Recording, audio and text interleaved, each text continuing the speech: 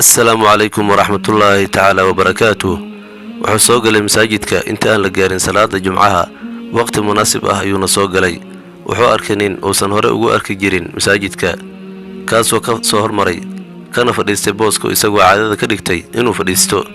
safka hore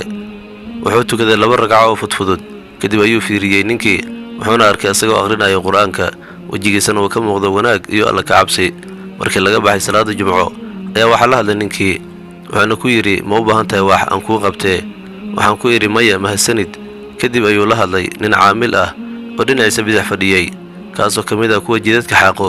waxaana weydiiyay isla su'aashii uu i weydiiyay waxaana ku yiri ma u baahan tahay wax aan ku siiyay ninkii waa uu yaxyaxay wuxuuna yiri ma anigoo kale ayaa la weydiiyay su'aashan waa uu farxay ninkii kadib ayuu ku yiri danahaaga ii sheego aan ku gudee waxay uu sheegtay wax ka badan ayuu siiyay ninkii caamilka ah waa uu baxay wiilkii ayaana weydiiyay ninkii waxa uu yahay iyo inuu jimco walba uu sameeyo waxa uu sameeyay ninkii ayaa u jawaabay kuna yiri waxaan ahay macallin jaamacadeed kuma helin shaqadaas ilaa waxa aan hadda sameeyay maahane waqti badan ayaan ku tukan jiray masaajid u dhow jaamacadda wajigeygana waxa ka muuqan jirtay murug waxaan ka murugeysnaa dhimashada aabahay oo ina siin jiray wax walbo jaamacaddan iga bixin jiray mana aanan haysan cid kale oo ina kaalmayso waxa maalin soo milicsaday nin dhinacayga ku tukanayay waxaan igu yiri waxa su'aalo wiilkaygiiyow aan ku qabtay wajigiisa ayaan khayr ka dareemay waxaana ku yiri waxaan doonayaa waxaan jaamacadda ku dhigto wuxuu yiri waa diyaar itusi jaamacadaada magacaagan ii sheeg bari ayaan aadayaa waana ka soo shubayaa lacagta sidaas ayaana sameynayaa sanad walbo ilaa aad ka baxdo jaamacadda farxad ayaan la ooyay waana u duceeyay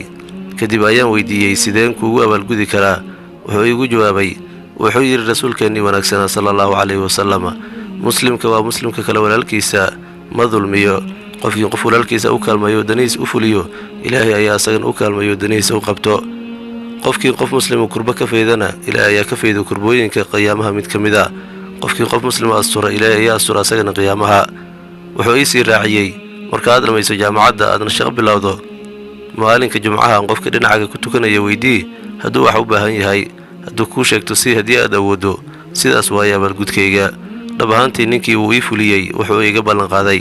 wuxuu iga bixinayay lacagta jaamacadda sanad walbo markaan u tago ana u sheego guusha aan gaaray wuxuu isiin jiray wax aanan ka filaynin sidaas ayuuna ahaa ilaa uu ka dhintay anigana waxaan dhameeyay jaamacadda macallin ayaana ka noqday jumco walbana waxaan tagaa masaajid aanan hore u tagin